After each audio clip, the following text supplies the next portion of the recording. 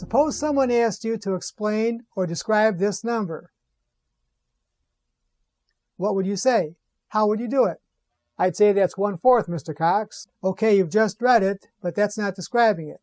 How about you, Irving? How would you explain this number? It could be 1/4. Is this one of those trick questions, Mr. C? No, not really. You're both correct, but there's another way to read this which describes it much better. So let's see if we can come up with some answers. Yeah, answers would be nice. I'm a little confused. First, let me list out the things that we'll be covering in this video. We will learn the basic definition of fraction numbers. We will learn what you can and can't do to fraction numbers. We will learn how to compare fractions to each other. And finally, we will learn the rules of addition, subtraction, multiplication, and division of fraction numbers. Now let's look at this fraction again. Let's see if we can explain its basic definition. Tell me again how you would read this. Well, I don't know. Like I said before, 1/4. Or 1/4. Again, those are both correct ways to read this. But there's a much better way to read this, which is much more descriptive. You can also read this as 1 part out of 4 parts. The bottom of the fraction always describes how many equal parts an object was cut into. Here it's 4. And the top of the fraction always tells you how many of those pieces you're talking about, which is 1 part in this example. 1 part out of a total of 4 parts. Now, if we're talking about 1 part out of 4 parts, how many parts of the total are we not talking about? I imagine we're not talking about 3 parts out of 4 parts. Correct. That's what's left from 1 part out of 4 parts, 3 parts out of 4 parts. And if you add the part you've started with to the part left over, 1/4 to 3/4, you get 4/4 or 1 whole unit back. Now what about the fraction 2/3? What can you tell me about that? Okay, something was cut up into 3 equal parts, and we're talking about 2 of them, or 2 parts out of 3 parts. And the part we're not talking about is 1 part out of 3 parts. And if you add these 2 fractional parts together, 2/3 to 1/3, you get 3 parts out of 3 parts, or 3/3, which equals 1 whole unit. Now that you know what you know, let me ask you a question. What if I've eaten this much of a pizza? What information does this give you? First of all, how many total pieces was the pizza cut into? It was cut into 8 equal pieces. Correct. And how many pieces have I eaten? You've eaten 3 pieces out of 8 pieces. Okay, how many pieces are left? 5 pieces are left. So what fraction of the total pizza is left? 5 pieces out of 8 pieces are 5/8. And if you add the fraction I've eaten to the fraction that's left, 3/8 to 5/8, you get 8/8, which equals 1 whole pizza. You can always read a fraction or construct a fraction if you remember that the part you're talking about always goes in the top of the fraction, and the total number of equal pieces the object was cut into goes into the bottom. Now let's see if we can construct some fractions using this basic definition. This object is divided into several equal pieces, and some of those pieces are shaded blue. What fraction of the total object is shaded blue? The total number here is 7. 3 of those pieces are blue, so the fraction of blue pieces to the total number of pieces is 3 parts out of 7 parts, or 3/7. Now what fraction of the total object is not shaded? 4 out of the original 7 parts are not shaded. So 4/7 is not shaded. Yes, and when you add the shaded portion to the unshaded portion, you get 7/7, or 1 whole unit. Here we have a number of objects where some of them are colored red. The red objects represent what fraction of the total number of objects? There's a total of 10 things here. which goes into the denominator of the fraction, and 7 of these are shaded red, which goes into the numerator of our fraction. So 7/10 of the total things here are shaded red, and 3 out of 10 are not shaded, so 3/10 of the total object is not shaded, and 7/10 plus 3/10 equals a total 10/10. Yes, how about this problem? The violet shaded pieces here represent what fraction of the total? The total number here is 9, and 4 of those are colored violet. That means that 4/9 is colored violet. 5 sections have no color, which means that 5/9 of it is not colored. And 4/9 plus 5/9 equals 9/9.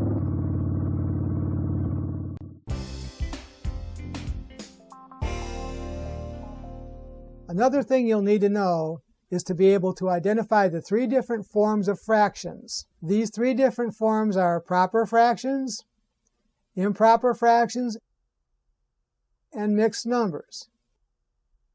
Proper fractions are where the top or the numerator is always smaller than the bottom or denominator.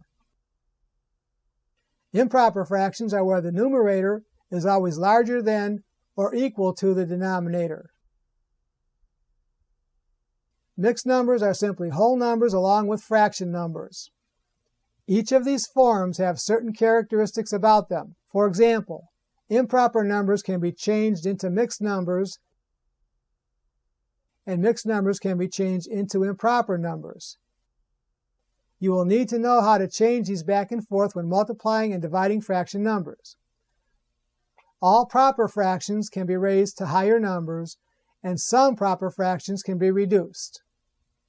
There will be times when you have to raise a fraction up or reduce a fraction to its lowest form, if it has a common divisor in both the top and bottom numbers. Let's first discuss the rules of raising and reducing fractions, then we'll look at changing mixed numbers and improper fractions back and forth into each other.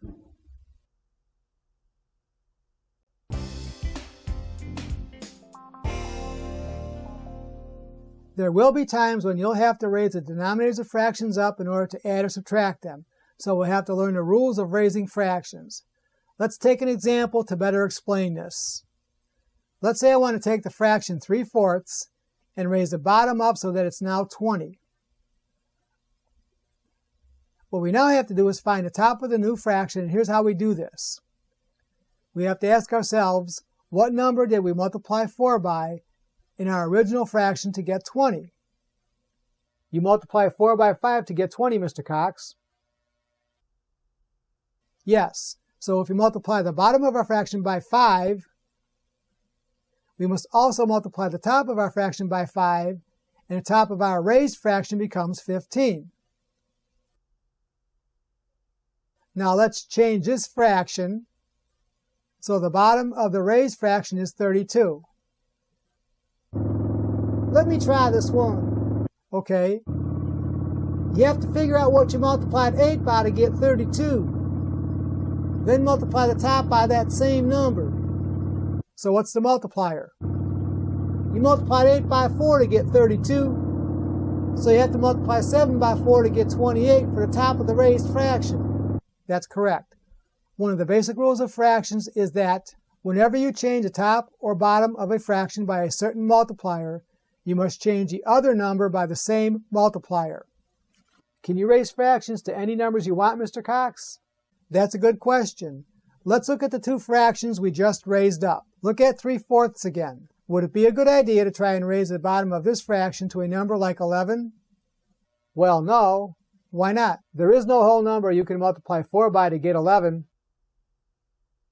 That's right. It is possible to change fractions to any numbers you want, but we're going to stick with whole number multipliers here. So what would be some good choices to raise this fraction to?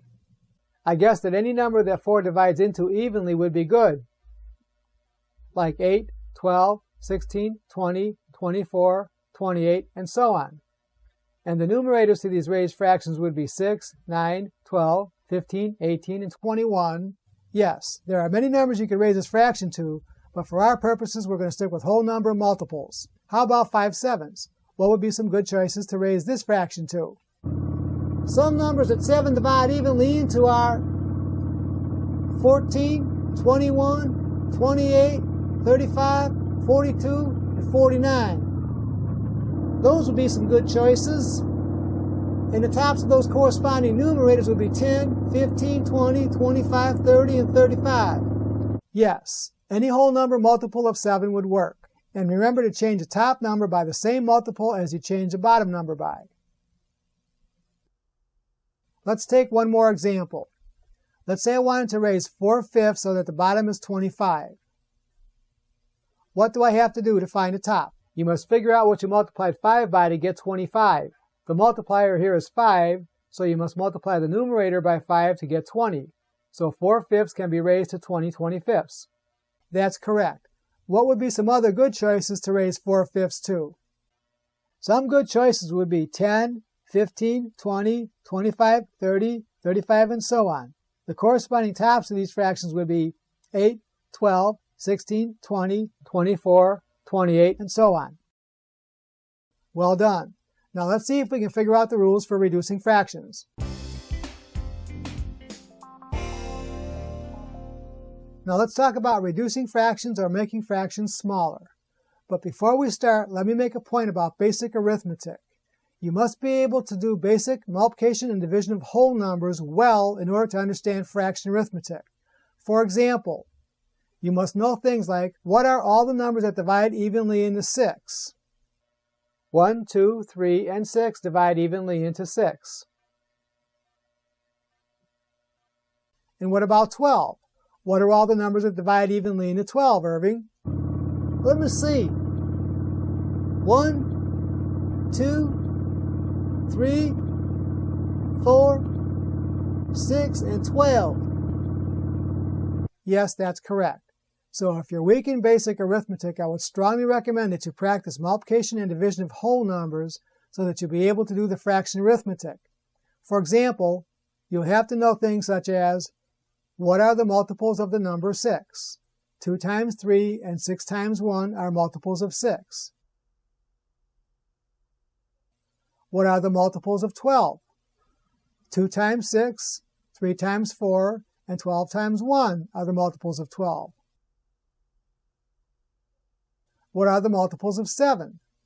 Well, just 7 times 1. So if you're weak in basic arithmetic, I would strongly recommend that you practice multiplication and division of whole numbers so that you'll be able to do the fraction arithmetic.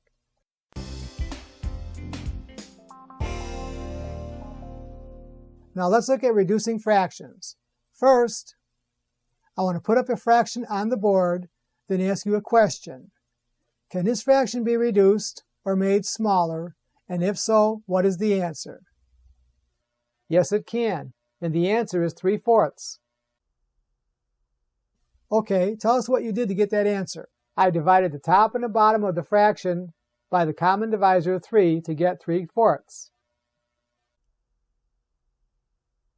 Yes, what you may not realize is that mentally you had to ask yourself if the numbers 9 and 12 had a common number that you could divide out. In this fraction, both 9 and 12 could be divided evenly by the number 3, so you could reduce it by dividing the numerator and the denominator by 3. What if you couldn't see that common number right away? Is there a way to find it if it exists? I don't know, Mr. C. Is there? Yes, let me show you how. Look at 9/12 again. Look at the top number and list out all the numbers that divide evenly into 9.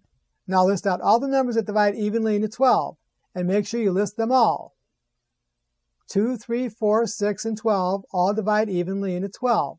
1 can also be divided into these numbers, but we'll ignore that number for now. Now look to see if you have a common number top and bottom. Yes, 3 is a common number in both of them. Correct. So both the numerator and denominator can be divided by 3 to get the reduced fraction 3/4. Let's take another example. Can the fraction 14/28 be reduced? I want you to list out all the numbers that divide evenly into 14 and all the numbers that divide evenly into 28. Then see if they have any common numbers. 2, 7, and 14 divide evenly into 14. 2, 4, 7, 14, and 28 divide evenly into 28. Okay, as you can see, these numbers have three common numbers, 2, 7, and 14. So which one do we use? You'll always want to use the largest number, because if you don't, you have to keep reducing it until you get to its smallest form. So you divide the numerator and the denominator by 14 to get 1/2. Correct. How about this fraction? 25/30. Can it be reduced? Let's see. 5 and 25 are all the numbers that divide evenly into 25. And 2, 3, 5, 6, 10, 15, and 30 are all the numbers that divide evenly into 30. Both 25 and 30 have the common divisor 5, so we can reduce the top and the bottom of 25/30 by 5 to get the reduced fraction 5/6. Yes, as you can see, 30 had quite a few numbers that will divide evenly into it, and it was your job to make sure you knew all of those numbers in order to be able to reduce it to its lowest terms. Let's take another example, 48/64. Now these are large numbers, and it wouldn't be a good idea to start listing all the numbers that go evenly into these two numbers. Ideally, you want to try and find the largest number that you can divide out and do it in one step. But if that's not possible, find any number that is common and start with it first. I know that 8 goes into 48 and 64 evenly, and that leaves 6/8. That's correct. Is this answer in its lowest form? No, it can still be reduced by 2 to get 3/4. The largest common number here is 16. 16 divides into 48 3 times, and 16 divides into 64 4 times. As you can see, you can always reduce fractions in steps if you're not able to find the largest common divisor right off the bat. You'll always get to the lowest form if you keep reducing. Now let me ask you a question. Can 9/16 be reduced? If so, what's the answer? If not, tell me why. Let me think. Well, no, it can't be reduced. That's right. Now explain to me why it can't be reduced, Irving. 3 and 9 are all the numbers that divide evenly into 9. And 2, 4, 8, and 16 are all the numbers that divide evenly into 16. And as you can plainly see, there are no common numbers that will divide evenly into 9 and 16. So 9/16 is already in its smallest form. That's correct. Now let's talk about improper and mixed numbers.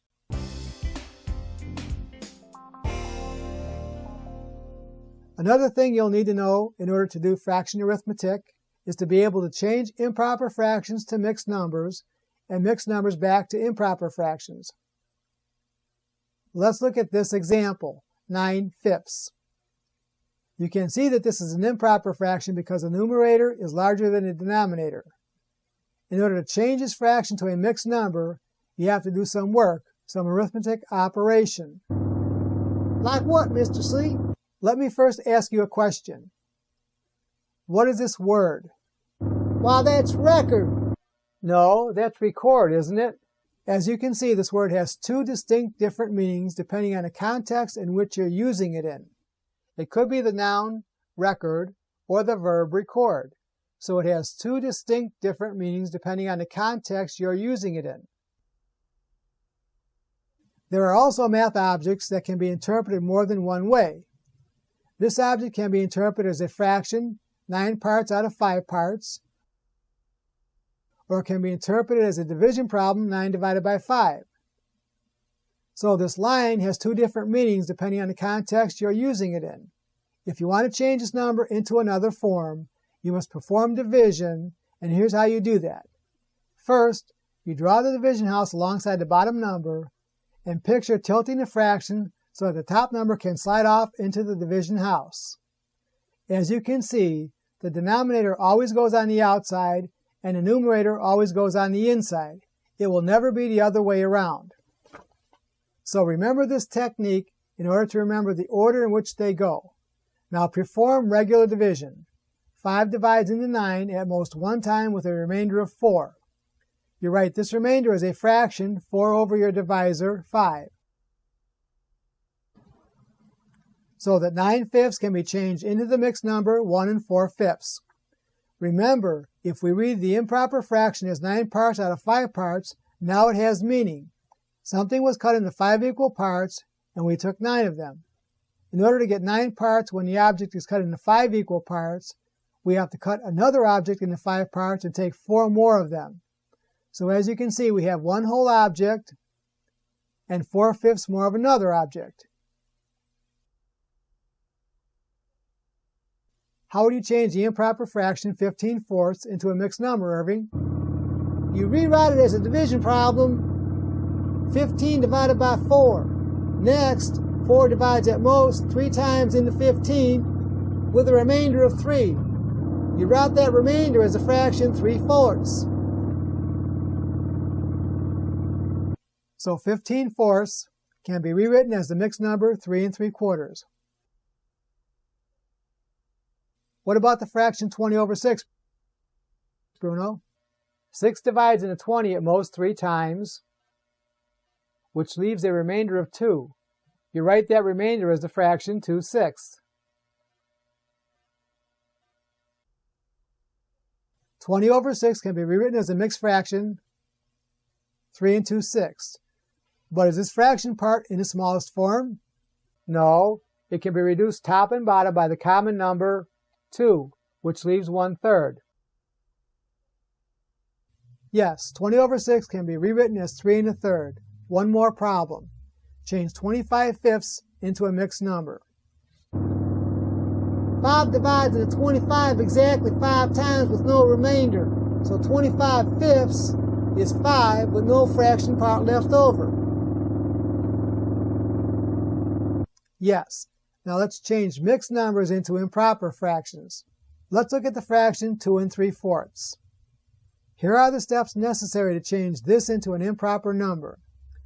The bottom remains the same, and the way you find the top of the fraction is that you multiply the denominator times the whole number, then add the numerator to that number. Here, 4 times 2 is 8, then you add 3 to that to get 11. So 2 3/4 can be rewritten as the improper fraction 11/4. Bruno, change 5 7/8 into an improper fraction. The bottom remains 8. You multiply the denominator of the fraction, 8, times the whole number, 5, to get 40. Then add 7 to that to get 47. So the answer is 47/8. Let's look at one more example before we move on to the next section. How would you change 10 and 8/9 to an improper fraction? Irving? Well, the denominator of the improper fraction will be the same as our mixed number, which is 9. Then to find the top of the improper fraction, we multiply 9 times 10 to get 90, then add 90 to 8 to get 98.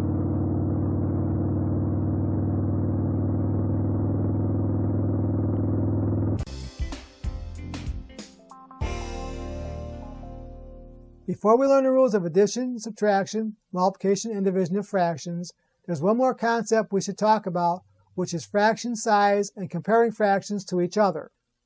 If you have fractional parts that are in fifths, how many fifths can you have between 0 and 1? 1, 2, 3, 4, and 5. What if you have fractional parts in sevenths? How many fractional parts can you have between 0 and 1? 1, 2, 3, 4, 5, 6, and 7. When the bottoms of fractions are the same, it's easy to tell which is larger. For example, 3/5 is larger than 2/5. Just compare the tops. 3 parts out of 5 parts is more than 2 parts out of 5 parts. In sevenths, 5/7 is more than 4/7. When the bottoms of fractions are the same, it's easy to tell which is larger. Just compare the tops. But what if you're comparing fractions that have different denominators? What do you do then? For example, which of these two fractions is larger, 3/4 or 4/5? 3 parts out of 4 parts, or 4 parts out of 5 parts? 3/4? No, isn't 4/5 larger? I can see we have a discrepancy here. If the bottoms of both of these fractions were the same, we could just compare the tops to see which fraction is larger. Remember in a previous section where we raised fractions to higher numbers? Yep, I remember. Me too, Mr. Cox. You know that we can raise 3/4 to 8ths, 12ths, 16, 20ths, 24ths, and so on. The corresponding tops of these would be 6, 9, 12, 15, 18. And we can raise a fraction 4/5 to 10ths, 15ths, 20ths, 25ths, and so on. And the corresponding tops to these would be 8, 12, 16, and 20. Now what, Mr. C?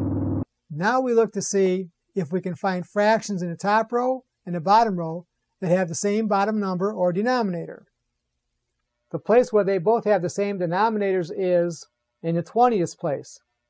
3/4 can be raised to 15/20, and 4/5 can be raised to 16/20.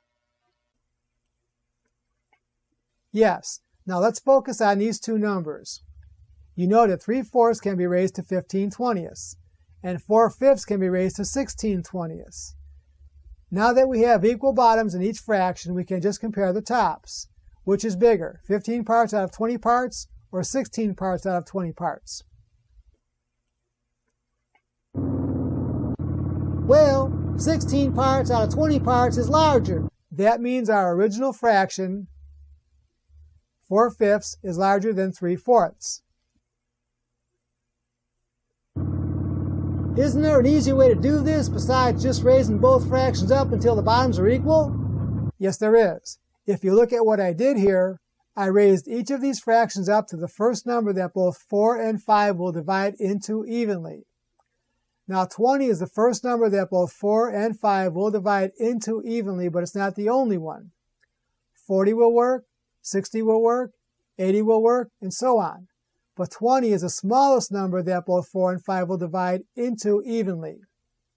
The object is to raise the bottoms of the fractions you're comparing up to a common denominator that both your starting denominators will divide into evenly. Then you find the tops of the new raised fractions and compare them. Let me now explain the steps on how to find the first number that all denominators will divide into evenly. First, we have to have a starting number, so we always start with the largest denominator. Here 5 is a larger number, so we take that number out to the side and ask ourselves if 4 will divide evenly into 5. No, it won't. So here's what we do next. We take another 5 and add it to our original number to get 10. Then we stop and ask ourselves if 4 will divide evenly into 10. No, it won't. So we take another 5 and add it to the 10 to get 15 and ask ourselves if 4 will divide evenly into 15. Again, no, it won't. So let me guess. We take another 5 and add it to the 15 to get 20. Then ask ourselves if 4 will divide into 20. And yes, it will. That's correct. Like I mentioned earlier, 20 is not the only number 4 and 5 will divide into evenly. 40 will work, 60 will work, but 20 is the smallest number that 4 and 5 will divide into evenly, and you'll always want to use the smallest number you can find. Next, we have to raise each of these fractions to 20ths, which means we have to find the top of each one. Do you remember how to find the tops of raised fractions, Bruno? I certainly do. If you're going to raise 3/4 to 20ths, you have to figure out what you multiplied the denominator by to change the numerator by the same multiplier. You had to multiply 4 by 5 to get 20, so you must multiply 3 by 5 also to get 15. In the lower fraction, you had to multiply 5 by 4 to get 20, so the numerator is 4 times 4, or 16. Now we just compare the numerators of the raised fractions to see which one is larger. 16 is larger than 15, so our original fraction, 4/5, is larger than 3/4. Well done. Now what if I wanted to compare 5/8 and 7/12 to see which is larger? What do we have to do first? The bottoms have to be the same first before we can compare them. Correct. So how would you find the first common denominator? You'd start with the larger of the two numbers, which is 12, and ask yourself if 8 will divide evenly into 12. No, it won't. So you add 12 to itself and ask yourself if 8 will divide evenly into 24. And yes, it will. So the first number 8 and 12 divide evenly into is 24. Yes, what next? You figure out how you multiply the bottom in each fraction, then multiply the tops of the fractions by the same number. All right, go ahead and do the rest. In the top fraction, you multiplied 8 by 3 to get 24, so you have to multiply the 5 by 3 to get 15. Next, you had to multiply the bottom fraction by 2 to get 24, so you have to multiply the top of that fraction by 2 also to get 14. 15 is larger than 14, so our original fraction, 5/8, is larger than 7/12. That's correct. Let's take another example. What if we wanted to line up these three fractions in order of smallest to largest? 2/3, 5/6, and 3/4. How would you do that? First, you have to find the common denominator for all three fractions, and you do that by taking the largest of the three denominators of your fractions, which is 6 for our starting number. Next, you ask yourself if 3 and 4 will divide evenly into 6. 4 won't, so you add 6 to itself to get 12. And you ask yourself if 3 and 4 will divide evenly into 12.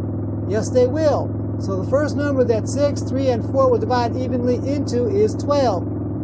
Okay, Bruno, what next? You now have to raise all three fractions to the new denominator 12. Then you have to change the tops of each fraction by its corresponding multiplier. The first fraction, you had to change the bottom of it by 4, so you must change the top by 4 to get 8. Next, you had to change the second fraction's bottom by 2 to get 12, so the top gets multiplied by 2 to get 10. The third fraction was changed by 3, so the top gets multiplied by 3 to get 9. Next, you look at the tops to line up the fractions smallest to largest. 8/12 is the smallest fraction, so our original fraction, 2/3, is first. 9/12 is the next largest, so 3/4 is second. And 10/12 is the largest, so 5/6 is last. Here are the fractions lined up, smallest to largest.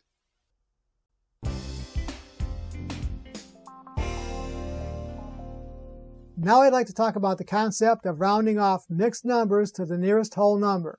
There are times when you will want to round off a mixed number to a whole number, so you will have to know where the halfway mark of the fraction part is, because if the fraction part is equal to or larger than 1/2, you have to raise the whole number up by 1 and drop the fractional part.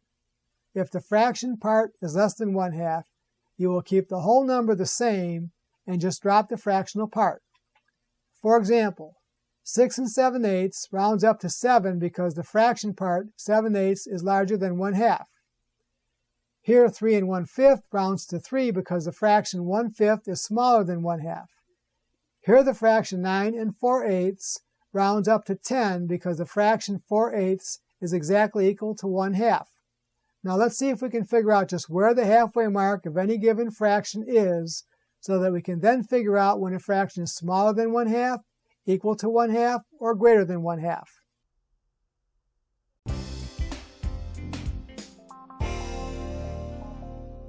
Let's talk about the halfway point in fraction numbers. This fraction is obviously the fraction 1/2. The thing you should notice about this fraction is that the top is exactly half of the bottom. Half of 2 is 1. Now what about this number, 8/16? That number can be reduced to 1/2. Yes, and let me point out something special about this fraction. Just like the fraction 1/2, where the top was exactly half of the bottom, if you look at this fraction, 8/16, the top is exactly half of the bottom. Half of 16 is 8. Remember that the bottom of a fraction tells you how many equal pieces an object was cut into, and the top tells you how many of those pieces you're talking about. Here something was cut into 16 equal pieces, and we're talking about 8 of them. and 8 pieces is exactly half of 16 pieces. These fractions are also some examples of 1/2. 4/8, 10/20, 3/6, and 7/14, because you'll notice that all the tops of these fractions are exactly half of the value of the bottoms. That's pretty interesting, Mr. C. That always works as long as the bottom of your fraction is an even number. Odd numbers are a little different, and we'll look at the halfway marks for some odd numbers in a moment. But first let me ask you a question. If I have fractional parts that are in tenths, what would the halfway mark be? Well, half of 10 would be 5, so the halfway point in tenths would be 5, or 5/10. Yes, let me list out all the fractional parts of tenths between 0 and 1. It's easy to see that all of these fractional parts are less than 1/2, because the tops of these fractions are all less than the midpoint 5. And all of these fractional parts are greater than 1/2 because the tops of these are all larger than the midpoint 5. Now what if our fractional parts were in sixths? Where would the midpoint be here? Well, half of 6 is 3, so the midpoint is 3/6. That's right. And again, all of these fractional numbers are less than 1/2 because the tops of these fractions are less than 3. And all of these fractional numbers are greater than 1/2 because the tops of these fractions are greater than the midpoint 3. Now what if you had odd number fractional denominators? Here are some midpoints for some odd numbers. Now what if our fractions were in sevenths? Where would the midpoint be? Half of 7 is 3.5, so the halfway point is 3.5 over 7. That's right. And all of these fraction numbers would be less than 1/2. And all of these fraction numbers would be greater than 1/2. What if we had fractions in fifths? Where would the halfway point be there? Half of 5 is 2.5, so the halfway mark in fifths is 2.5 over 5. That's correct. And these fraction numbers would be less than 1/2 since all the tops of these fractions are all less than 2.5. And all of these fractions are greater than 1/2 since all of these fraction numerators are all greater than 2.5. Okay, now let's see if you can identify when a fraction is less than 1/2, equal to 1/2, or greater than 1/2. Is this fraction greater than, equal to, or less than 1/2? And explain why. It's less than 1/2 because the halfway mark in eighths is 4, and 3 is smaller than 4. Correct. How about this fraction, Bruno? Well, the halfway point in twelfths is 6, and 7 is more than 6, so 7/12 is larger than 1/2. Very good. Is 4/9 bigger or smaller than 1/2, Irving? The halfway mark in ninths is 4.5, and 4 is less than 4.5, so 4/9 is less than 1/2. That's correct. Bruno, do 3/5. The halfway point in fifths is 2.5 over 5, and 3 is larger than 2.5, so 3/5 is larger than 1/2. Yes. Now let's see if we can round some mixed numbers to the nearest whole number. Now that we know how to find the halfway mark in a fraction's denominator, let's see if we can use that information in order to round off mixed numbers to the nearest whole number. The rules are as follows. If the fraction part is equal to or greater than 1/2, we raise the whole number up by 1 and drop the fractional part. If the fractional part is less than 1/2, the whole number remains the same and we just drop the fraction part. 4 3/10 rounds to 4 because the fraction 3/10 is smaller than 1/2. 8 7/8 rounds up to 9 because the fraction 7/8 is larger than 1/2. 11 1/3 rounds to 11 because the fraction 1/3 is less than 1/2. In this set of numbers, 7 4/8, 16 3/4, 14 2/9, round each one to the nearest whole number. In the first number, since 4/8 is exactly 1/2, that number rounds up to 8. In the second mixed number, 3/4 is greater than 1/2, so that number rounds up to 17. And in the last number, 2/9 is less than 1/2, so that number rounds to 14.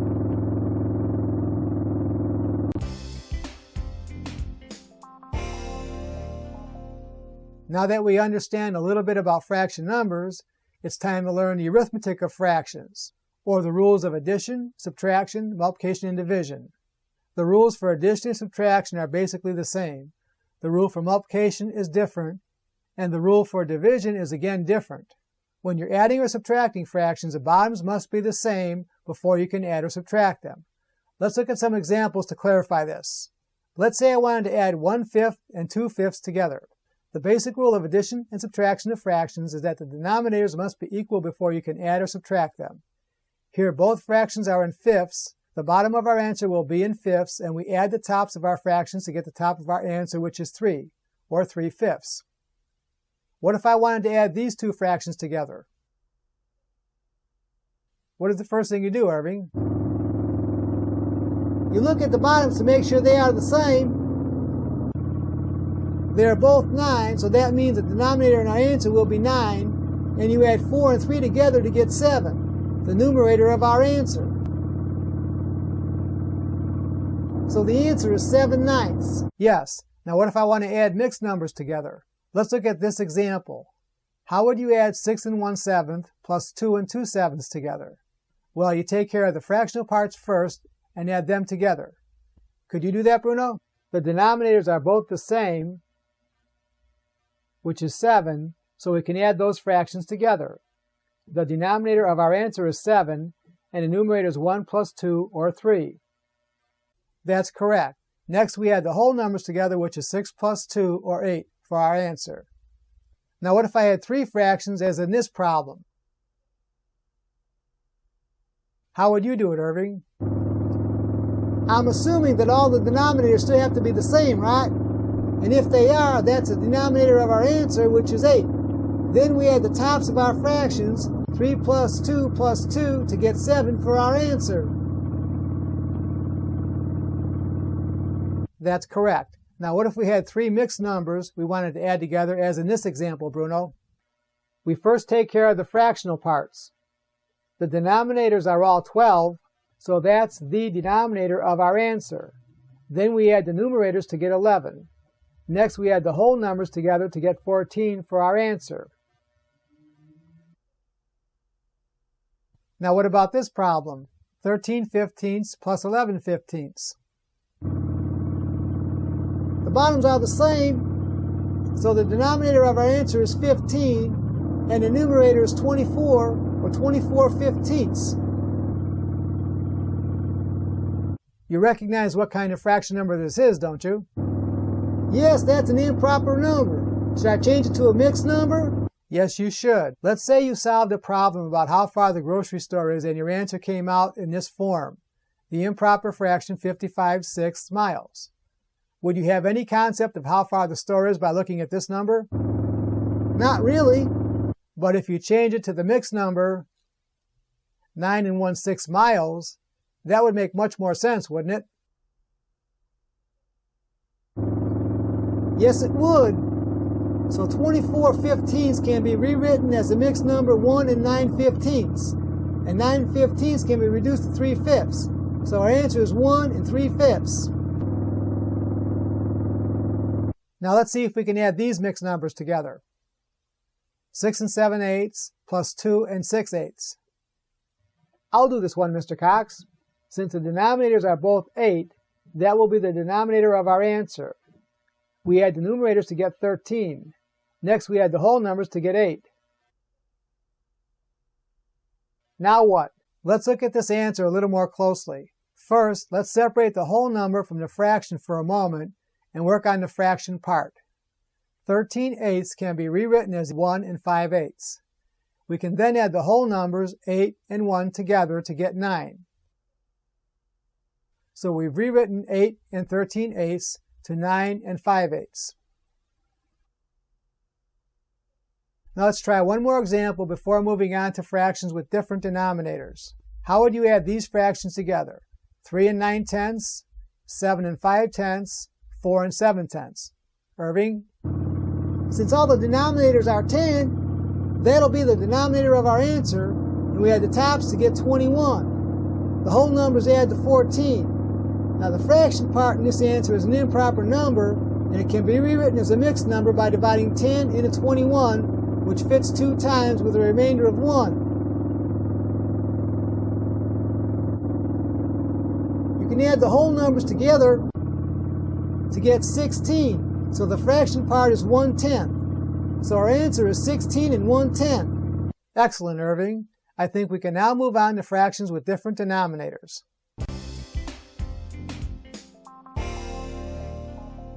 So far, our fractional parts have all had the same denominators, so our work has been fairly easy. But what if our denominators were not the same as in this problem, 1/4 plus 2/5? What would we do? Got me, Mr. C.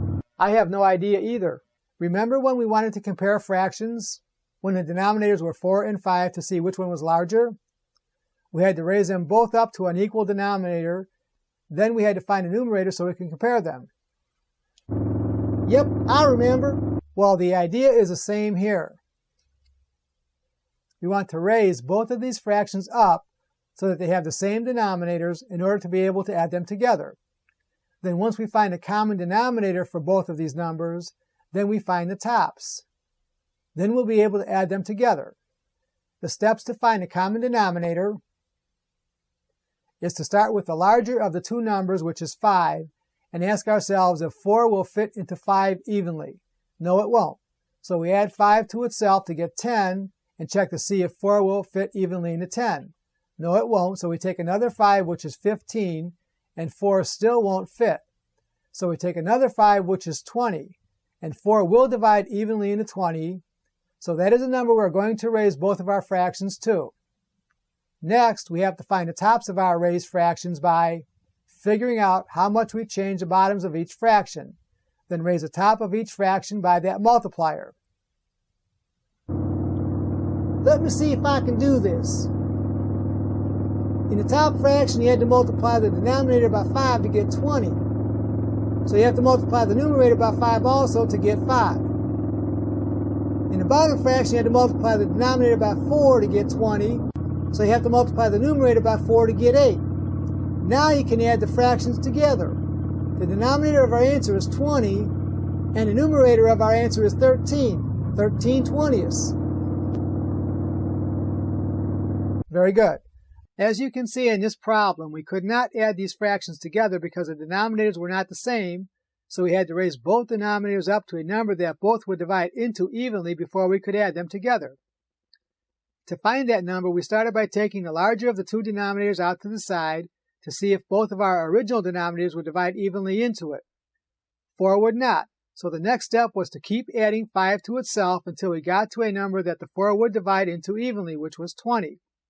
There will be times when a larger number will work for both denominators, such as in this problem. Just as in the last problem, we cannot add these fractions together because the denominators are different. If we take the larger of the two denominators out to the side and check both of our original denominators, it just so happens that both will divide evenly into 9. 9 divides into itself evenly 1 time, and 3 divides evenly into 9 3 times. So for this problem, we can raise both fractions up to 9 to be able to add them together.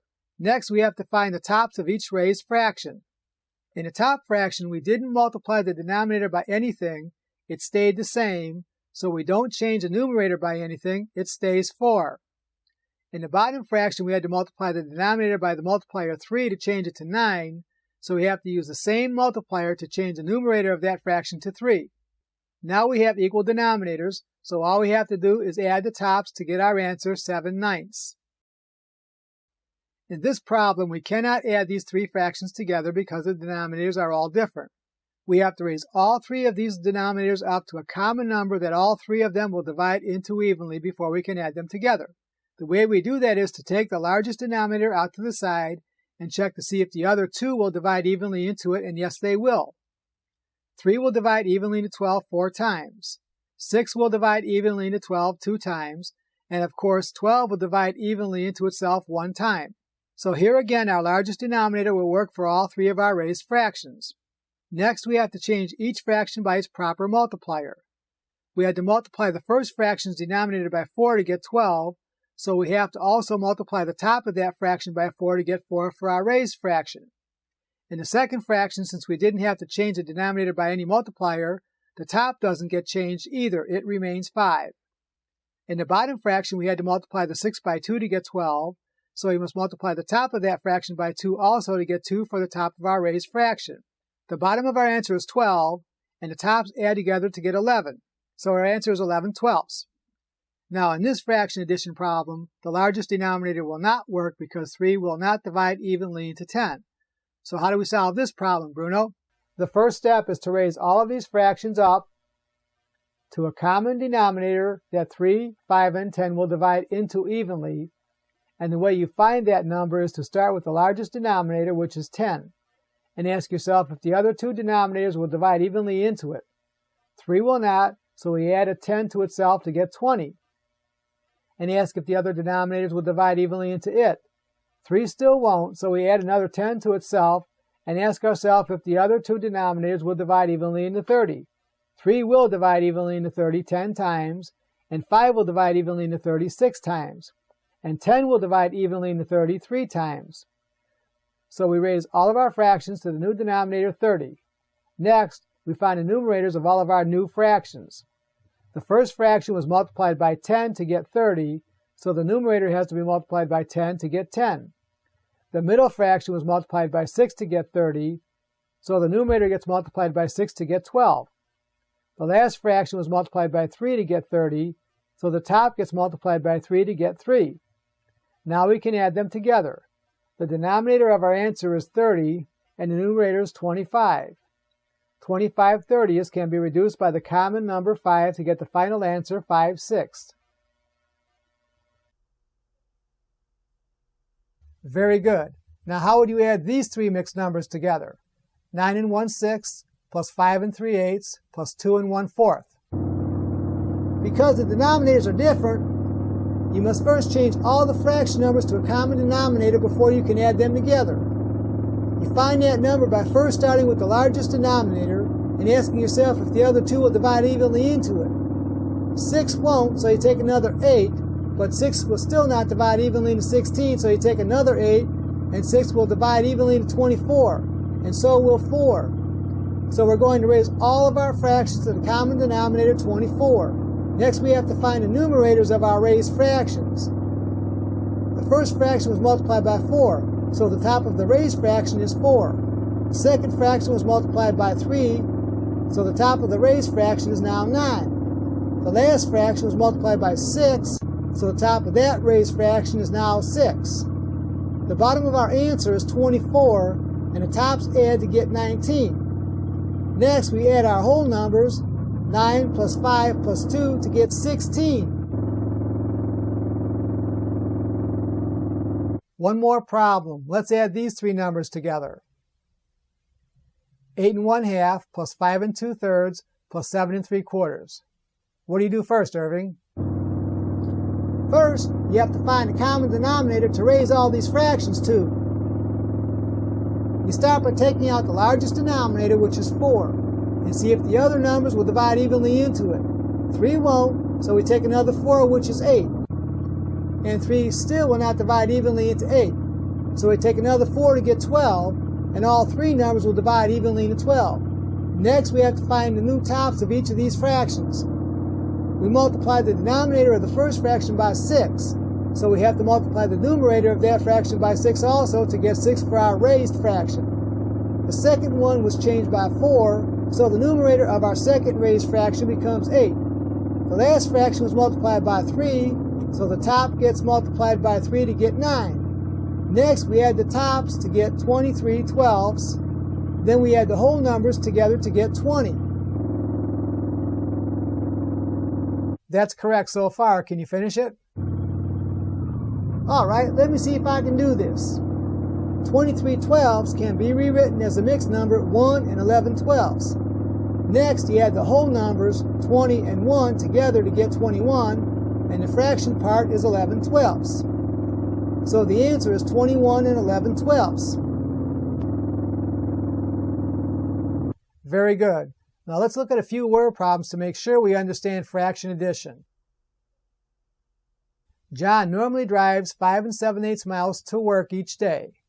One day he had to make an extra stop on the way to work, which took him 3 5/6 miles out of the way. What was the total distance John had to drive to get to work that day? We have to add those two fractions together to get the total distance. First, we find a common denominator, which is 24. The first number that both 8 and 6 will divide into evenly. Next, we change the numerators by their multipliers. 8 was multiplied by 3, so 7 gets multiplied by 3 to get 21. 6 was multiplied by 4, so 5 gets multiplied by 4 to get 20.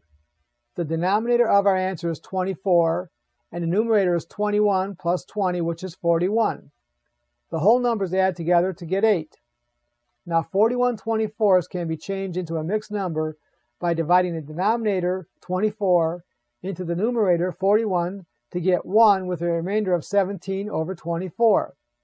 The last step is to add the whole numbers together to get 9 with the fractional part of 17 24ths. Very good. Here's one more word problem. Sarah works in the shipping department of a local clothing store. She has 3 packages for the delivery person to pick up, and she has to add the weight of all 3 of them together to calculate the shipping costs. The first package weighs 8 3/4 pounds. The second package weighs 5 7/8 pounds. And the third package weighs 6 4/5 pounds. What is the total weight of all 3 packages? Irving? Let's see. We have to add all 3 weights together, so first we have to find a common denominator by starting with the largest denominator, which is 8, and 4 will divide evenly into 8, but 5 will not divide evenly into 8, so we take another 8, which is 16, and again, 4 will work, but 5 will still not divide evenly into 16. So we take another 8, which is 24, and 5 will still not fit. So another 8 is 32, and 5 still won't go. So we take another 8, which is 40, and 5 will divide evenly into 40, and so will 4. So 40 is the first number that 4, 8, and 5 will divide into evenly. Next, we have to change all of our fractions into 40ths and find the top of each new fraction. In the first fraction, we had to multiply 4 times 10 to get 40, so we have to multiply 3 times 10 also to get 30. In the second fraction, we had to multiply the 8 by 5 to get 40. So we have to multiply the 7 by 5 also to get 35. In the last fraction, we had to multiply the 5 by 8 to get 40. So the 4 gets multiplied by 8 also to get 32. The denominator of our answer is 40, and we add the tops of our fractions to get 97. The whole numbers add to 19. We can take the fraction part, 97 40ths, and rewrite it as the mixed number 2 and 17 40ths. Next, we can add the whole numbers 19 and 2 together to get 21 with a fraction part of 17 40ths. So the total weight of all 3 packages is 21 17 40ths pounds. Very good. Now let's move on to the arithmetic of subtraction of fractions. The rules for subtraction of fractions are basically the same as addition, except when you have to borrow. So let's start with a few simple examples. Let's look at this problem. 17 9/16 minus 9 3/16. As in addition, the rule is the same for subtraction. The denominators must be the same before you can subtract. Here the denominators are both 16, so that will be the denominator of our answer. We then subtract 3 from 9, which leaves 6. Next, we perform subtraction with the whole numbers, 17 minus 9, which leaves 8. Can the fraction part be reduced, Irving? Yes, both 6 and 16 can be divided by the common number 2, which leaves 3/8.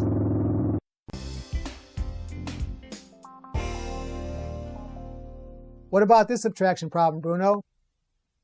12 and 11/15 minus 8 and 4/9. Before we can subtract the fractional parts, we have to find a common denominator. We start with the largest number, 15, and 9 will not divide evenly into 15. We take another 15 to get 30, and 9 still will not divide evenly into 30, so we take another 15 to get 45. 9 will divide evenly into 45. 45 is a common number for our fractions, so we now find the tops. 11 gets multiplied by 3 to get 33, and 4 gets multiplied by 5 to get 20. Next, we subtract 20 from 33 to get 13 over 45, and then subtract the whole numbers, 8 from 12, to get 4. So our answer is 4 and 13/45.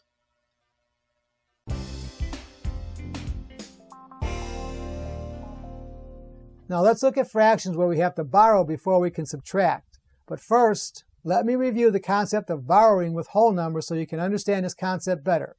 First of all, if you have a regular subtraction problem like this, 68 minus 20, in the first column you can subtract nothing from something, but in this problem, you cannot subtract something from nothing.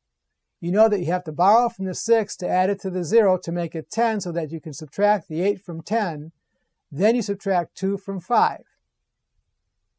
Now, if we had this fraction subtraction problem, we can subtract nothing from the fraction part and it will leave the fraction part. When you subtract nothing from 4/9, you get 4/9, and 8 from 12 leaves 4. But if we have this problem, we cannot subtract something from nothing. So we have to borrow 1 from the 12 and place it above the fraction so that we have something to subtract from. The problem here is that you can only subtract fraction numbers from fraction numbers. Well, 1 is not a fraction. That's right. Let me ask you a question. How many different ways can you write the number 1? Is this another one of them trick questions? Not really. Let me explain. What is 7 over 7 equal to? It's equal to 1. What are numbers like 21 over 21, or 231 over 231, or 84,934 over 84,934 equal to? Those are all equal to 1 also. So let me ask you again. How many different ways can you write the number 1? An infinite number of ways is a fraction, so long as you keep the top of the fraction the same as the bottom of the fraction. That's right. Now let's go back to the problem where we borrowed a 1 from the 12. We have to turn this 1 into a fraction before we can subtract the 4/9 from it. Remember, we can turn it into any number we want to, but what would be a good choice to turn this number into? Well, the bottoms have to be the same before we can subtract. So it would be nice if the bottom of it was 9 also. Yes, that's correct so far. Now what does the top have to be in order to make sure it remains 1? It has to be 9 also to keep it the same as 1. Yes, we rewrite the number 1 as a fraction 9/9. Now we can subtract 4 from 9 to get 5/9. And the whole number is 8 from 11, which leaves 3. Let's take another problem. 15 minus 8 and 11/16. You notice here that you can't subtract the fraction part from nothing. So what do we do first, Irving? You have to borrow 1 from the 15 and it now becomes 14. Next, you have to rewrite the 1 as a fraction because the denominator of the lower fraction is 16. We rewrite that number 1 as a fraction 16 over 16. Now we can subtract 11 from 16 to get 5/16. And 8 from 14 is 6 for the whole number. Very good. Now how would you handle this subtraction problem, Bruno? That looks a little strange, Mr. Cox. Maybe it does, but just follow the rules we described for the other subtraction problems. Okay, you borrow 1 from the 12, which now makes that 11. And you must turn that 1 into a fraction. Because the denominator of the fraction we are subtracting is 3, we change that 1 into 3 over 3. Now we can subtract 2/3 from 3/3, which is 1/3, and nothing from 11 leaves 11. Now let's look at two slightly different fraction problems before we move on to multiplication. We want to take 11 1/5 and subtract 4 2/5 from it. What's the first problem here, Irving? You can't subtract 2 from 1. That's right. The fraction 1/5 is smaller than 2/5, so we can't perform that arithmetic. That means we'll have to borrow 1 from the 11 and somehow add it to the 1/5 to make it larger. Since we have to change that 1 to a fraction to add it to 1/5, what would you change it to? Well, because the bottom of the fraction we want to add it to is 5, we should change the 1 to 5/5 to be able to add them together. Correct. Now what? Now we have 6/5, so we can subtract 2 from 6, which leaves 4/5, and 4 from 10 leaves 6. So our answer is 6 4/5. Yes. Now let's look at one more example like this. What if we want to take 32 3/14 and subtract 9 11/14 from it? You first look at the bottoms of the fractions to make sure they're the same. Then you subtract. But you can't take 11 from 3. So you have to borrow 1 from the 32, which now makes that 31, and add that 1 you borrowed to the 3/14 to make it larger so you can subtract. You turn that 1 into 14/14 because the fraction you want to add it to is in 14ths. Once you add them together, you get 17/14, and you can now subtract 11 from 17 to get 6/14, and 9 from 31 is 22. One more step is that the fraction 6/14 can be reduced by the common divisor 2 to get 3/7. So our answer is 22 3/7. Very good. Now, how would you solve this problem? 19 1/4 minus 5 6/7. The first thing you have to do here is to find the lowest common denominator for 4 and 7, which is 28. Then find the tops of the fractions, which is 7 and 24. We can't subtract 24 from 7, so we're going to have to borrow 1 from the 19 and change it to 28 over 28 so that we can add it to 7/28 to make it 35/28. Now we can subtract 24 from 35 to get 11/28, and then subtract 5 from 18 to get 13. Here's one more of this type of subtraction problem. 12 3/4 minus 9 4/5. First, we have to find the lowest common denominator that 4 and 5 will divide into evenly, which is 20. The numerators of our raised fractions are 15 and 16. You cannot subtract 16 from 15, so you have to borrow 1 from the 12, which makes that number 11, and you change the 1 you borrow to 20/20. When you add 15/20 plus 20/20, you get 35/20. Now you can subtract 16 from 35, which leaves 19/20, and 9 from 11 leaves a whole number 2. Now how would you do this problem? Here's a subtraction word problem to make sure we understand fraction subtraction. John weighed 190 pounds before he went on a diet. He lost 12 7/8 pounds in 3 weeks. How much does he weigh now? In order to solve this problem, we have to subtract the weight John lost, which is 12 7/8 pounds, from his starting weight, which is 190 pounds. First, we have to borrow a 1 from the 190 to change it to 8/8. Then we can subtract 7/8 from 8/8 to get 1/8. 12 from 189 is 177. So John now weighs 177 1/8 pounds. Here's one more word problem. Sarah has a piece of cloth that is 28 1/3 inches long. She has to use 17 4/5 inches of it for a sewing project. How much of the cloth will she have left after cutting off the piece for her project? We have to take the original piece, which is 28 1/3 inches, and subtract away the piece she's going to use, which is 17 4/5 inches, to find the piece that's left. First, we have to raise both fractions up to a common denominator, which is 15, then find the tops, which are 5 and 12. We can't subtract 12 from 5, so we have to borrow 1 from 28 and change it to 15/15 so that we can add it to the 5/15 to make it bigger, so we can subtract the 12 from it. 5 plus 15 is 20. 12 from 20 is 8/15, and 17 from 27 is 10. So the piece left is 10 8/15 inches. You should now have a very good idea on the rules of addition and subtraction. In fraction, addition, and subtraction, we wrote our numbers vertically in order to perform the arithmetic. In fraction multiplication and division, we write our numbers horizontally. We do this because it makes the arithmetic easier. The rules for multiplication are very simple. You multiply across the top to get the top of your answer, and you multiply across the bottom to get the bottom of your answer. You multiply 2 times 1 to get 2, and 3 times 3 to get 9. So 2/3 times 1/3 is 2/9. Irving, how would you solve this fraction multiplication problem? 4/7 times 2/5. You multiply 4 times 2 to get 8, and 7 times 5 to get 35. So the answer is 8/35. Yes. What if you wanted to multiply 3 fractions together? 5/7 times 1/3 times 1/4.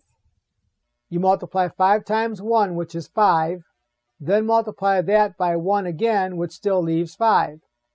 The denominators are 7 times 3, which is 21, and 21 times 4 is 84. That's right. Now what if we had this fraction multiplication problem? 15/16 times 24/25. When you multiply 15 times 24, you're going to get a very large number. And when you multiply 16 times 25, you're going to get an even larger number. I can see that, Mr. Cox. And if you have to reduce that answer, you're going to be dealing with some very large numbers. So is there an easier way to handle this problem? Yes, there is. Before you multiply, what you want to do is see if you can reduce first. The way you do that is to look at the numbers diagonal from each other and check to see if they have a common divisor, just the way you did when you reduced fractions. And also check the top and bottom just in case there are any common divisors there. 15 and 25 have a common divisor 5, which you can divide out of each number to leave 3 and 5. 16 and 24 have several common divisors, but the largest is 8, which leaves 2 and 3. Once you've reduced everywhere you can, then you multiply across the top to get the numerator of your answer. 3 times 3 is 9. Then multiply across the bottom to get the denominator of your answer, 2 times 5, which is 10. What about this problem? 11/18 times 12/13. Before you multiply, you can reduce the 18 and 12 by the common number 6. You can't reduce the 11 and 13, so you multiply 11 times 2 to get 22, and 3 times 13 to get 39.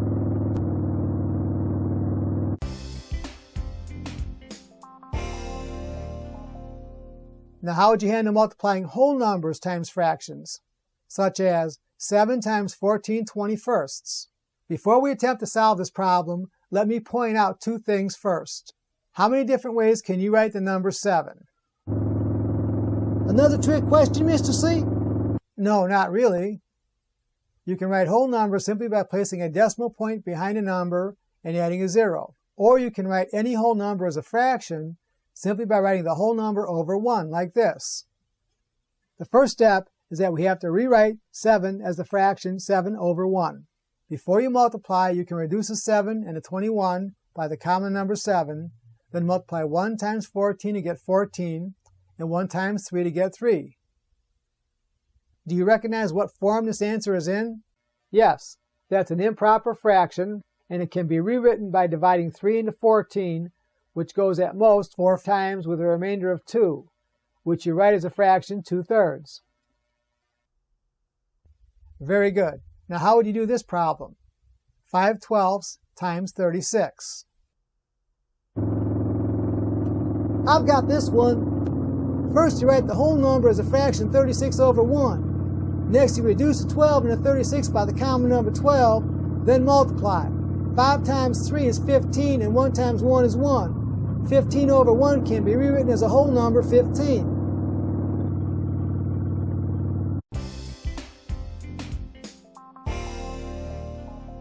Now let's look at multiplying some mixed numbers together. What if we had to multiply 8 3/4 times 3/5? We first have to rewrite the mixed number as the improper fraction 35/4, then rewrite the rest of the problem. Next, we can reduce the 35 and the 5 by the common number 5, then multiply 7 times 3 to get 21, and 4 times 1 to get 4. 21/4 can be rewritten as a mixed number 5 and 1/4. How would you solve this problem, Bruno? 4/7 times 5 and 5/6. First, you would rewrite the 4/7 as it is, then change the mixed number 5 and 5/6 to the improper fraction 35/6. Next, you can reduce the 4 and 6 by the common divisor 2. Then reduce the 7 and 35 by the common divisor 7. Now you multiply 2 times 5 to get 10, then multiply 1 times 3 to get 3. 10/3 can be rewritten as the mixed number 3 and 1/3.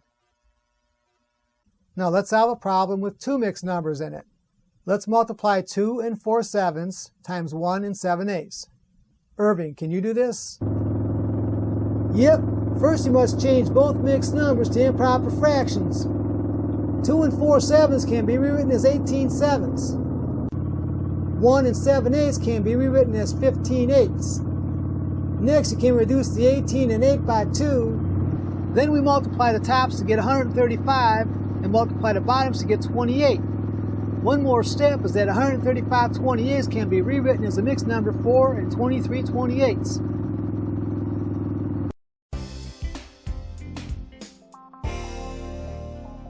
Now what if we had this fraction multiplication problem? 7/9 times 27/35 times 5/6. Before you multiply these fractions together, you want to make sure you reduce them first. Let me show you one of the ways in which you can try to make sure you reduce all of them to their smallest forms before you multiply. Take the first numerator and check it with each of the denominators and see if you can reduce it. Then take the second numerator and check it with all the denominators to see if you can reduce it with any of them. Then take the third numerator and check it with all the denominators to see if you can reduce it with any of them. That way you cover all 6 combinations. You can reduce a 7 and a 35 by 5 to get 1 and 5. Now check the next numerator, 27. You can reduce it with a 9 to get 1 and 3. Now continue on with the 3 along the bottom numbers to see if you can further reduce it. You can reduce a 3 and a 6 by 3 to get 1 and 2. Next, move to the 5 and see if you can reduce it with any numbers on the bottom. You can reduce it with the 5 in the denominator to get 1 and 1. Now you can multiply. 1 times 1 is 1, and that number times 1 is 1 for the numerator of our answer. Next, multiply all 3 denominators together. 1 times 1 is 1, and 1 times 2 is 2 for the denominator of our answer. Now if you missed reducing any of the numbers in your problem, check your answer to make sure that it's reduced all the way, and if not, reduce it. Now how would you do this problem? 3 and 1/5 times 7 and 1/2 times 2 and 1/6. First, we must rewrite all 3 of these as improper fractions. 3 and 1/5 is 16/5, 7 and 1/2 is 15/2, 2 and 1/6 is 13/6. Now what we do next is to try to reduce anywhere we can. The rule is that you can reduce anywhere from the top to anywhere on the bottom. I would suggest that you take the first number on the top and check it with all the numbers on the bottom to see if you can reduce it anywhere. You can reduce a 16 and a 2 by 2. Now we can still reduce the 8 and the 6 by the number 2 also. Now take the 15 and check it with all the numbers on the bottom to see if you can reduce it with any of them. The 15 and the 5 have a common divisor 5. Now look carefully. We can still reduce the 3 on the top with the 3 on the bottom. I think we've reduced everywhere from the top to the bottom that we can. So we multiply 4 times 1, which is 4. Then multiply 4 times 13 is 52. 1 times 1 is 1, and then 1 times 1 is still 1 for the denominator of our answer. 52 over 1 is just 52.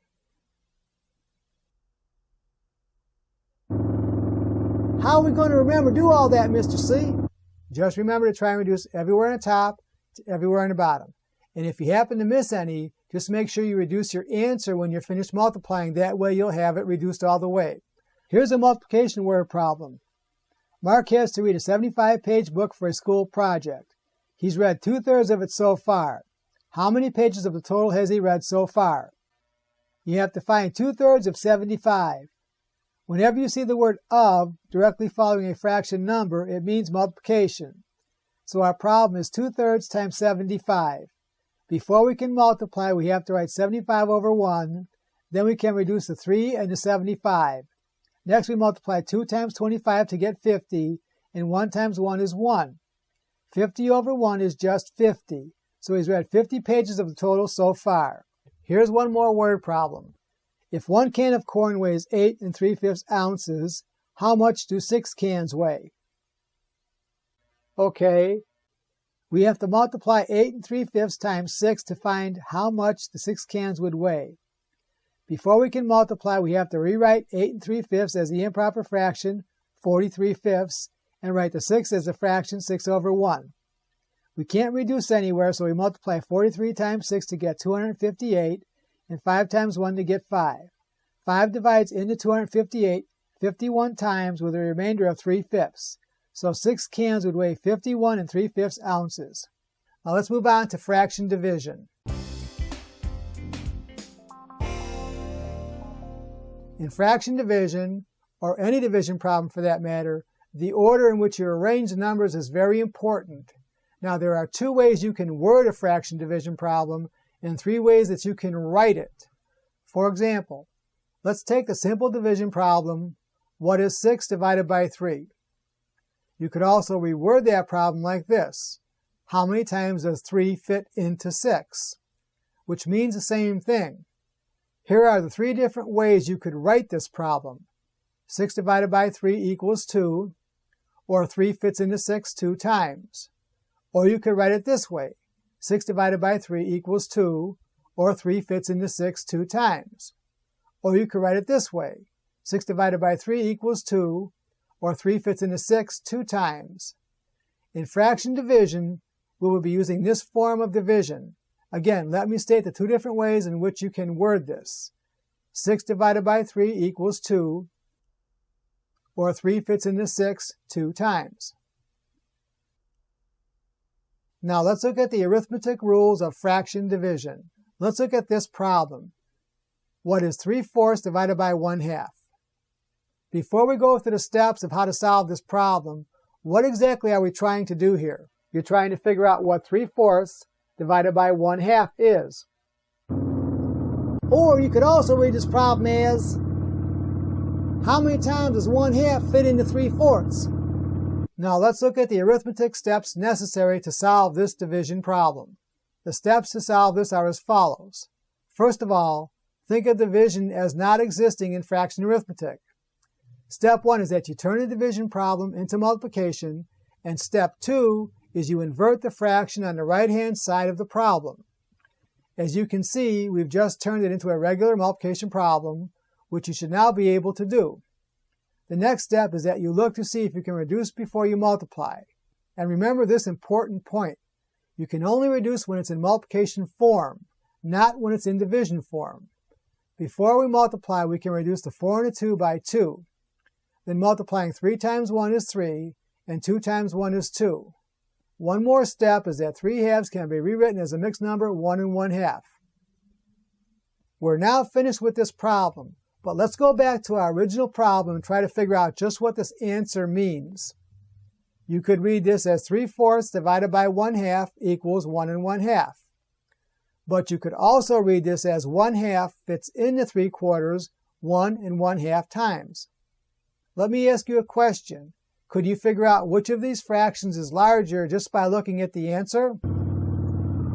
Well, I guess if 1/2 will fit into the other number more than one whole time, then 1/2 has to be smaller than the other number in order to fit into it more than once.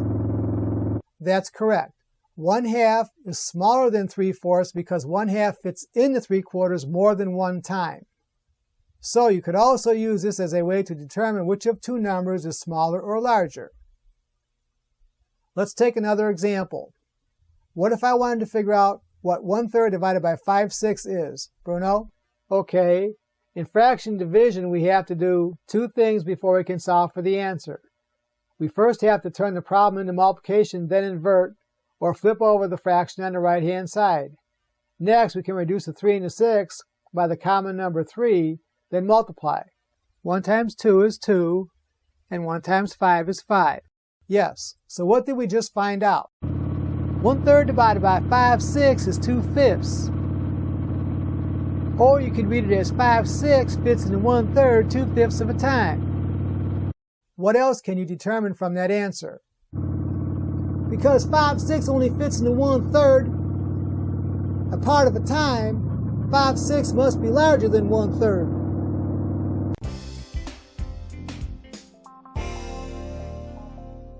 Now what if we had this problem?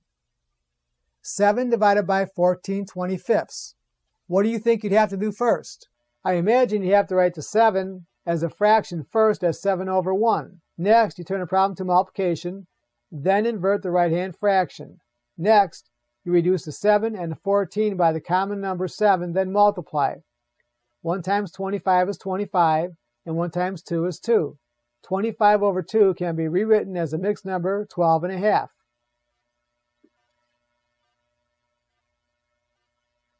Yes, and as in the previous problems, you could also read this 2 different ways. 7 divided by 14/25 is 12.5, or 14/25 will fit into 7 12.5 times. Now what about this problem? 3/4 divided by 24. Irving, how would you solve this? You'd have to do 2 things first. You have to change the problem to multiplication, then invert the right-hand number. But before you can invert it, you must first write it over 1. After you invert the right-hand fraction, you can reduce the 3 and 24 by 3. Next, you multiply 1 times 1 to get 1, and 4 times 8 to get 32. So 3/4 divided by 24 is 1/32, or 24 will fit into 3/4 1/32 of a time.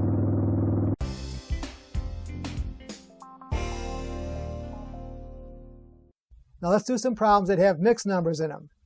What if we want to divide 3.5 by 28/31? How would you do that, Bruno? First, you write the mixed number 3.5 as the improper fraction 7/2. Then you turn the division into multiplication and invert the right-hand fraction. Then you reduce a 7 and a 28 by the common number 7. Next, you multiply 1 times 31 and 2 times 4. The improper fraction 31/8 can be rewritten as the mixed number 3 7/8. Excellent. Irving, here's one for you. What is 11/45 divided by 4 2/5?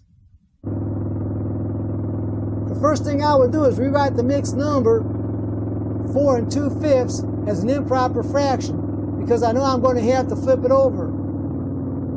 Next, change the problem to multiplication and invert to 22/5. You can reduce the 11 and 22 by 11, and you can also reduce the 45 and 5 by 5. Then you multiply 1 times 1 to get 1, and 9 times 2 to get 18. So 11/45 divided by 4 2/5 is 1/18, or 4 2/5 fits into 11/45 1/18 of a time. Okay, now for our last example. Let's take a problem that has 2 mixed numbers in it. How would you solve this problem? 6 3/5 divided by 5 1/4. Bruno? I'd first change both of those mixed numbers into improper fractions. 6 3/5 can be rewritten as the improper fraction 33/5, and 5 1/4 can be rewritten as the improper fraction 21/4. Next, we turn the problem into multiplication and invert the right-hand fraction. Then we can reduce the 33 and the 21 by the common number 3, then multiply. 11 times 4 is 44, and 5 times 7 is 35. 44/35 can be rewritten as the mixed number 1 9/35. Now how would you do this problem? Eric has to cut a board that is 20 inches long into pieces that are 1 1/3 inches long. How many pieces can he cut from this 20-inch board?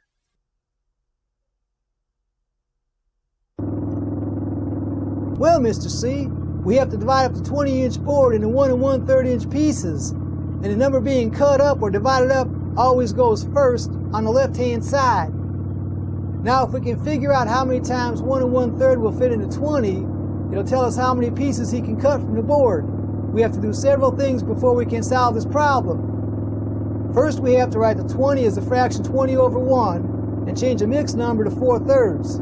Next, we have to change a problem to multiplication and flip over the right-hand fraction to 3/4. We can reduce the 20 and the 4 by 4, then multiply 5 times 3 to get 15 and 1 times 1 to get 1. 15 over 1 is the same as 15.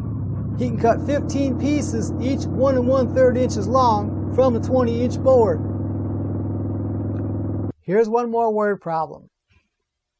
June has 2.5 pounds of cookies that she wants to divide evenly between herself and her 3 friends. How much would each person get? We have to divide up to 2.5 pounds of cookies among 4 people, June and her 3 friends. And the number being cut up or divided up always goes first on the left-hand side. So our problem is to take the 2.5 and divide it by 4. First, we have to rewrite the 2.5 as the improper fraction 5/2 and write the 4 as a fraction 4 over 1. Next, we turn the problem to multiplication and flip over the right-hand fraction 1/4. We can't reduce anywhere, so we multiply 5 times 1 to get 5 and 2 times 4 to get 8. So each person got 5/8 of a pound of cookies. I certainly hope this video was able to help you understand fraction numbers and fraction arithmetic a little bit better.